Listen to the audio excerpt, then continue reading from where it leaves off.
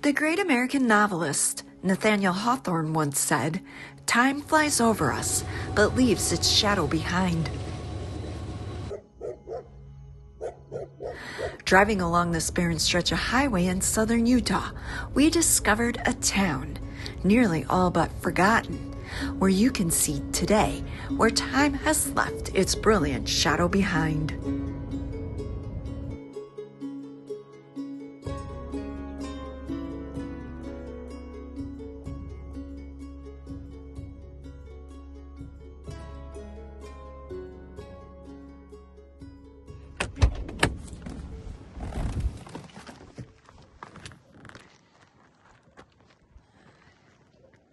Hey sightseers, Sightseeing Sally here. We happen to be out driving along the 56, I think it is, Highway 56 here in Utah, and we're only a few miles from the Nevada border when we spotted from the highway what looked like a small town or settlement. And because you know me, nosy Nelly that I am, we had to stop and check it out. Because who doesn't love looking at old, tumbling down buildings from the West and riling up all the local dogs in the process? Just kidding. Out over there is the highway that we are driving down. There's a turnoff on this end that you can access this little town. There's also, I think, a way to come in over on this end as well. I'm not entirely sure of the pronunciation. I think it might be Modena, but I'm not also real keen on walking up to somebody here locally and banging on the door to ask them. So we're just gonna go with that. If it's incorrect, you can always correct me down in the comments section. Over here. Now, if I had to guess, I would say maybe this originally was for locomotives, no steam locomotives, maybe not. But that's definitely a water tower. But I don't know if it was used for the town. This town is so small, that seems quite large. And right next to it's a little building that originally housed the water, two little water towers, I believe, maybe 300-gallon tanks, two of them. And if you look on the door now, it says it's a private well, so they probably don't use water tanks anymore. They just use a pump. Or they have tanks inside there, just pressure tanks. Yeah, and if you look, you can see these old telegraph/power lines with the lines just kind of falling off, breaking down, just swaying in the breeze. You can see that these tracks are still in use today, just from the fact that they're all shiny, which means trains do come through here. Quite an interesting little town, wouldn't you say? The big question is what's with the switch that goes to nothing through the ends of the tracks there? So if you'd switch to that and then back over it, I mean, you'd drive the train right off the tracks. I never would have picked up on that. I just thought it was supposed to be like that.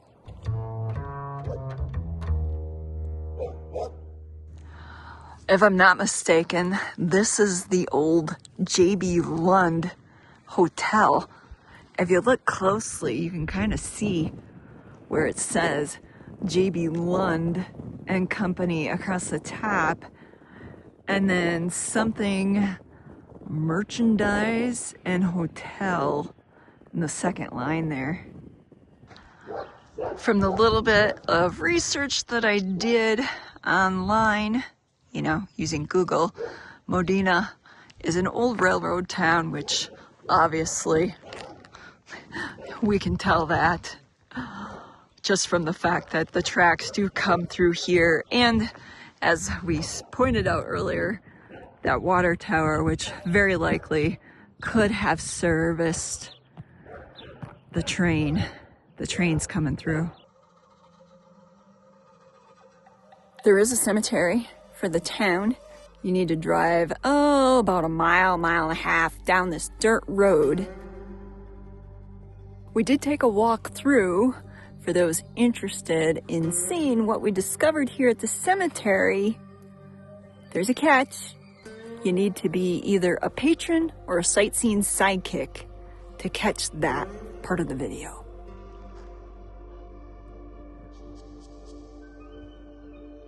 The fact that the old hotel is still standing right across the tracks, that is impressive. It almost looks like all you need is a good windstorm or a match and that thing would be gone, either falling down from the wind or from flames. Regardless, it is a defining landmark here in town. There's also this really neat old wooden building next door. It's got an overhang plus some really large front windows, which leads me to believe that this perhaps was an old store at some point. Perhaps it could have been used as a diner, but who knows? Only the walls and perhaps some people here in town might know. But again, this doesn't give me the vibe of absolute friendliness where I'd want to go banging on anybody's door. Oh, I just missed it. There was a dirt devil that just came right through here. Right past the old barbed wire that's there, and it just went whoosh. But you're just gonna have to take my word for it because I wasn't so quick as that dirt devil.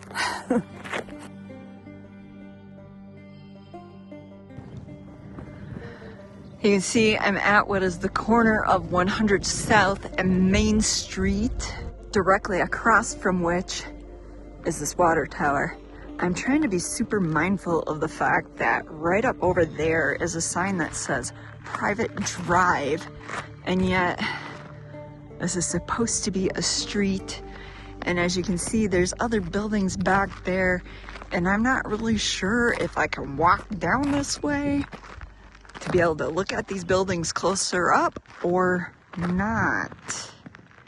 And again, the general vibe I'm getting is not exuding much friendliness and trying not to upset the neighborhood dogs, because if you recall, when we were down in Coffeyville, Kansas, we had a bit of a run-in with some dogs. Oh wait, that story was reserved for our patrons and Sightseeing Sidekicks, so you may not know exactly what happened. But the long and short of it was there was a dog that got loose, and well, things soon escalated from there. And that's all I'm going to say about it, because like I said, it was a story reserved for our Sightseeing Sidekicks and patrons. And there you go. There's the sign that says private drive. And like I said, there's some cool buildings over there. But I think if I try walking alongside the tracks, I might be able to get into a position where I can zoom in on them. One thing we discovered when we were out filming, I'm going to say down in Arizona, as an example of that small town, that semi-ghost town known as, I think it was Chloride, Arizona. Anyways, whatever one it was, when we were down there, we found that some of the locals didn't particularly care for people coming along and filming, and they got pretty up in our faces about it.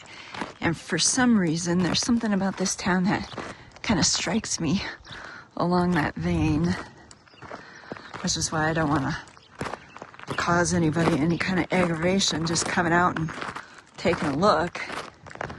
So I'm trying to be mindful of the public spaces here, that I'm not walking on somebody's private property. And who knows, I could be totally wrong. People here could be ultimately super friendly and would love to talk about their town's history. But like I said, that's the vibe I'm getting right now. right in front of me, you can see they have a cell tower. So I imagine you get pretty good signal out here. And then if you look, you can see one of the buildings that I wanted to get a closer look at. Not exactly sure what it used to be. You can see it's shaped like a square, and then it has this tower added on with what looks to be a lightning pole or a lightning rod, and then it has this smaller addition here.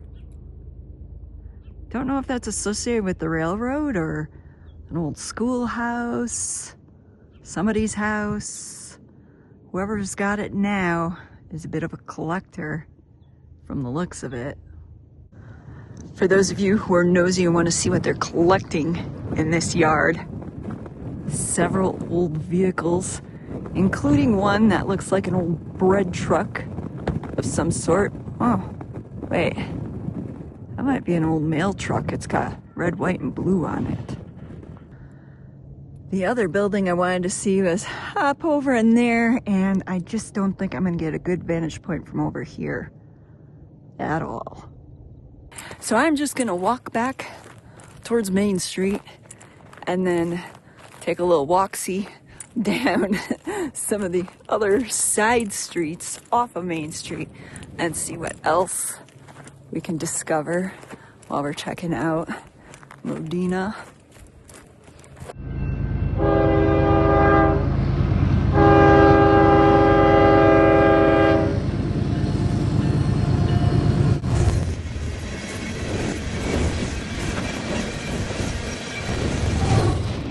Well, there you go. For all you doubting Thomases out there, there's proof that the train still comes through on the tracks. Over here, you can kind of see the building I wanted to get a better look at. I'm gonna zoom in. Got a pretty good zoom on. There. That's about as close as we're gonna get to that building, because like I said, they have that sign on the road claiming that it's a private drive. And not being from around here, I don't know, you know, it's possible somebody bought up all that property and then has claimed it, that road cutting through, as being a private drive now. Maybe it really is a private drive. It's hard to say. Here's another look. You can see the train tracks where the train just went through a few minutes ago. The one building there that I wanted to get a better look at. And the second building way off over there. And then there's several homes here alongside what is known as Center Street. I probably shouldn't share this with you, but I always get a bit apprehensive crossing train tracks. I don't know what it is, but I have in my lifetime so many nightmares associated with trains and train tracks. You couldn't even begin to imagine what crazy stuff I've dreamt about involving those things, but I always get a little bit of the heebie-jeebies down my legs as I'm crossing. You know, the adrenaline. You just get really freaked out about it. Yeah, I have this thing about trains and train tracks. Here you can see the neighborhood watch crew that are keeping close eye on me as I walk along Main Street. This here, by the way, is the backside of the old hotel. Like I said, I'm amazed that this structure is still standing. I mean, look at that. Old wood from so long ago. Coming up on what's known as 50 North. It's a little side street here. We'll go check that out in a second. First, I just wanted to give you the view looking towards Main Street with the backside of the hotel there. This huge tree here, and of course our friendly neighborhood watch system over there. You can see at one time there was an old wooden wire fence that encircled the hotel there. And then you've got this building here made of sheet metal. I was going to say wrought iron, but that's not right. Sheet metal. And then, of course, the backside of that old wooden building over there that I thought perhaps may have been some sort of store, cafe. Looking at it from here, it kind of appears that there were living quarters on the back end of it. You can see on the opposite corner of Main and 50 North is this old house here. It looks like at one time it had a really nice front porch, a lot of old trees for shade. Really a nice little piece of property here. Do you see what I'm seeing? Is that like an old bottom to a mattress suspended between the two trees like a makeshift hammock? That's what it looks like to me. I don't know what else you'd use it for. That looks like it could be a lot of fun if you were a kid and didn't weigh too much where it would come crashing down on you. Just to give you an idea of where I'm at, there's that house I was just looking at. There's Main Street and Marty backing up on it. There's the old hotel, the J.B. Lund Hotel, that sheet metal building, the back end of that other wooden building, and this crumbling down wooden structure that I just gotta go check out. Because you know what they say about curiosity. And the cat, well, I'm not a cat, so I guess I'm all right. And I'm staying on the public roadway, so we're all good there. But that looks like it was some sort of wooden building that's only being held up now by these beams here. You got an old barrel down there. Not really sure what that was. If you look on that building, you can see where the chimney has fallen, toppled, or at least one of the chimneys, because there's another one right there. Doesn't that make a pretty picture with the clouds just suspended and how blue the sky is? And then look at this lovely place here. Somebody has a really nice spread at the corner of 100 East and 50 North. See what I mean about the friendliness factor? Yeah, that's all right. I'll stay on this side of the line. I don't have a problem with that. I also don't have a problem with not getting to know people. Because if you didn't know, sightseers, I'm not exactly the people-y type of person. I actually love dogs more than people. And I have no issue with the dogs acting as the neighborhood watch. But I'm also mindful, because I know dog behavior. Anyways, just for reference, I've just come down now 50 North and coming around down on Main Street to take a look. Obviously, that is the house that's on the corner. Look at the detail there. Below and above the windows. It's some kind of decorative ornamentation meant to draw your eye to the windows. It was probably a really nice house back in the day. You can see they also had an add-on, what we would have called like a 2-season, 3-season edition on the back. There's also this wooden building that's sitting there. I think it's part of the property here. And then another building right here that's toppling down. These may have been chicken coops or some other type of building for some other animals. Perhaps they had a family cow, maybe a horse, who knows? We can use our imaginations and come up with all kinds of scenarios, stories about the places and the people that lived here. But of course, that wouldn't be doing them justice. They have their own stories to tell. We just haven't been able to uncover any here beyond what I shared with you about this being an old railroad town and the fact that they had that hotel there and perhaps a schoolhouse, some stores, you know, the typical types of places or businesses that you would find in a small town.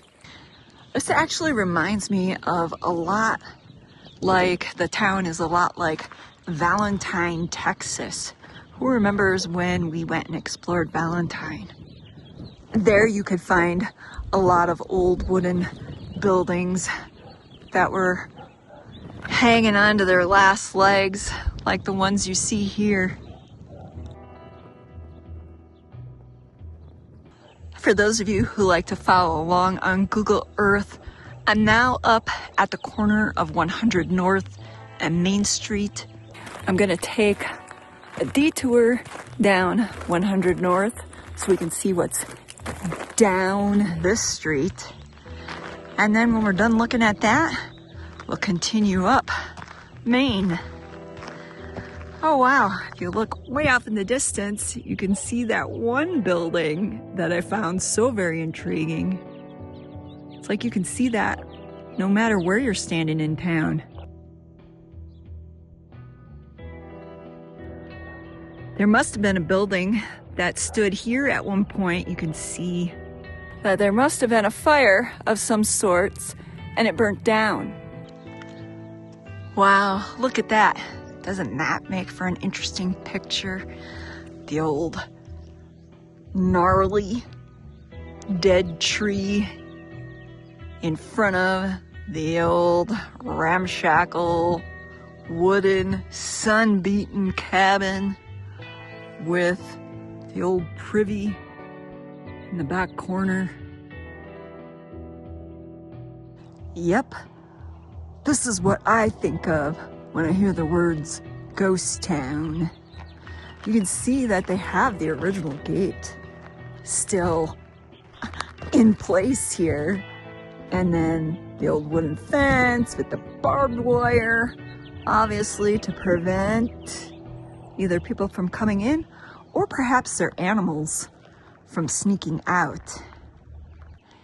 Here's another view of that same house. And then if you look next door, we've got another one and another one down here on the corner. I mean, look at those old cabins. Doesn't that scream ghost town to you? Coupled with the old hotel and the other buildings up by the railroad, you would think that they would capitalize on that and kind of put these into, like an arrested decay state so that you could have people come through and take a tour. But maybe not. Maybe people don't want that in their own backyard. I always thought it would be cool, and Marty agrees with me. We've talked a lot about starting our own mini ghost town where we bring in old buildings and set it up as like this really kitschy tourist attraction out in the middle of nowhere. But we just haven't found the right location to do that sort of thing just yet. But enough about me and my silly dreams. If you look, you can see an old chain wrapped around that wood that may have been part of a makeshift clothesline at one point. You can see that they also have these old rusted out wagon wheels or buggy wheels, much like the ones that we saw when we visited that amazing museum down in Cedar City. This property proves also to be rather interesting if you could only get a real good glimpse of what I'm seeing in the windows. It kind of looks like a bunch of old bottles and things, old knickknacks just sitting in the window there. And then you got this blue or turquoise blue, ocean blue, I don't know, whatever color you want to call it. To me, it kind of looks the same color as my ring. It has the number 50 on the side of the house. I wonder if that's the address. And then next door is our new bus. Look at that thing. It's an old Bluebird just sitting there. And if you look across the road, you've got these old relics here. An old Winnebago and an old Dodge van. Just think of all the fun that was once had in these vehicles. Come on, you can't tell me that people weren't having a grand old time roaming around the countryside in those things, in those old relics. I wonder what it would take to get the van or even the motorhome running again. Maybe they do still run and they just look like they don't. But I think it would be fun to restore something like that and then just go on this grand old adventure. Kind of like what we're doing. Hey Marty, what do you think of the bus that's over there? I thought it looked like it would be a lot of fun to redo. It actually looks like it's in pretty good shape. I was eyeballing them old barrels in front of the bus there. And off to the side there, they repurposed that refrigerator, which is kind of cool because it has all them shelves on the door. You put a lot of stuff in there. I never thought of that. But the old drums there, the last time I seen drums like that is that video. I don't know if you remember. It had to be like 5-6 years ago. It was in Rhyolite, Nevada, the ghost town. A ghost town too. Old barrels like that. I've never seen them rounded like that except in wood. Oh yeah. Now that you mention it, kind of rings a bell. Check it out. That is a really old video, by the way. I make no guarantees on the quality of it. In other words, there is no quality probably. You don't even need a guarantee. Exactly.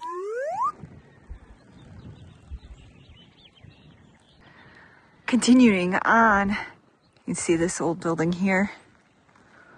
Another building made out of sheet metal there. And then a house here on the corner. This one has a horseshoe. And guess what? It's hanging up the correct way, so the luck does not run out. Not too often do you see those. Now, interestingly enough, in front of this house, there appears to be a historical marker. We'll go check that out in a minute. First, Marty spotted something that we want to show you that's back over there. It's kind of funny is you get out in the desert here and people collect stuff and pay good money for it, and just laying on the ground right there is a box. A wooden box that says Atlas Powder Company. Most likely was held dynamite at one time. All it's in the box is rocks.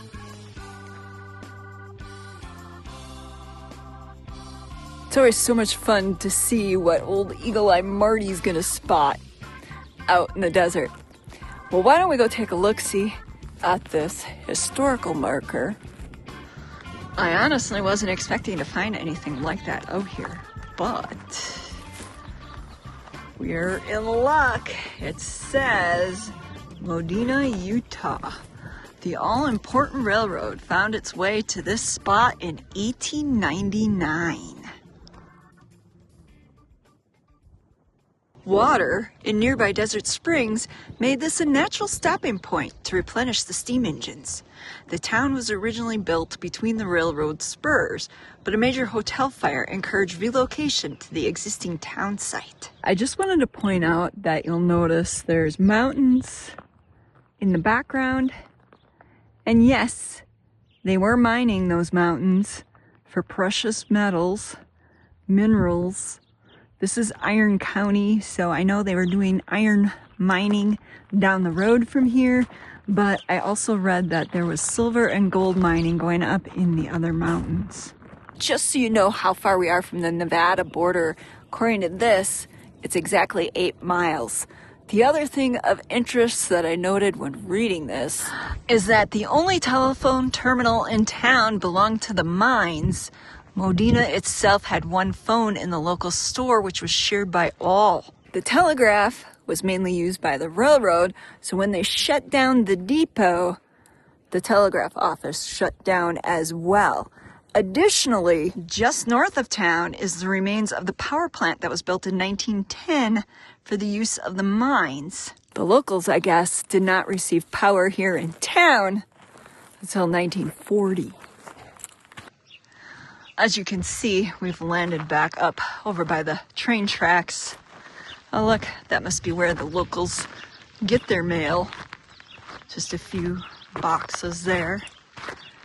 I'm gonna walk back this way because as we were walking down this way, I spotted where the old schoolhouse must have once been. So figured we'd just walk back the way we came so you can see it too.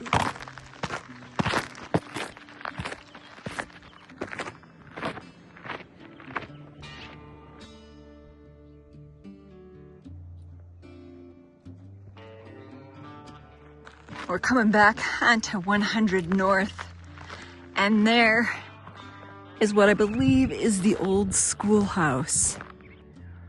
You can see where the old swing set was, and then I believe there was a slide that's no longer standing. There's an old foundation right in front of it. That may have been an old one-room schoolhouse that obviously is no longer standing, but then they may have built that as a replacement. Marty was looking at the foundation and he didn't see anything that would indicate that there were any rooms inside, that it was just one big room. The only reason I think that that was a school is when I look at it, I don't see any walls drawn in it. The big steps on one end and the long, narrow building, well, that's normally indicative of, you know, it's an old schoolhouse, especially with the playground equipment around it. I could be wrong, but that's what I think that building was. We're also discussing that it could have been maybe the old town hall. It could have been a hall or something, yeah. I mean, meeting place for the town. Because next to it could have been the school, but you know, it's kind of strange for a school being shaped like that, but yeah, what do I know? The only thing I had read online was that the schoolhouse had received a relatively new roof, so that's why I was thinking that. That's probably it. Here's a view from the front. You can see it says Modena on it, 1936, so we know that at least the building was built in 1936. Going on 100 years old. And then directly across the street, and where we're gonna end up, is what was once the Last Chance Saloon, at least if you're going by what was painted on the building. I'm guessing it was originally a service station. You can see, we zoom way in, that there is a sign in the window that says beer, and did say pop on the side of the building, so at one time you could get a cold pop here. Pop being one of those words that can be debated between folks because some people use it to refer to a soda, so they call it a pop. Others use it to refer to the sound a balloon makes when it gets popped. Yeah, I'm from Wisconsin. I believe where I came from, where I grew up, we always called it soda. There are other places where people call it pop. And if I'm not mistaken, in some parts of the country, they call it a Coke, even if you're not drinking a Coke, if you're drinking a sarsaparilla or some other version of a soda.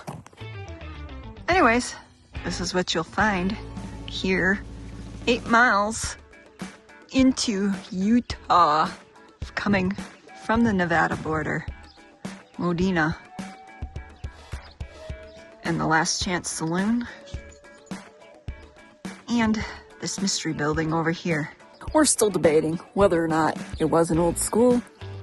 If you happen to know, let us know in the comments section below. Until next time, I'm Meandering Marty. and I'm Sightseeing Sally.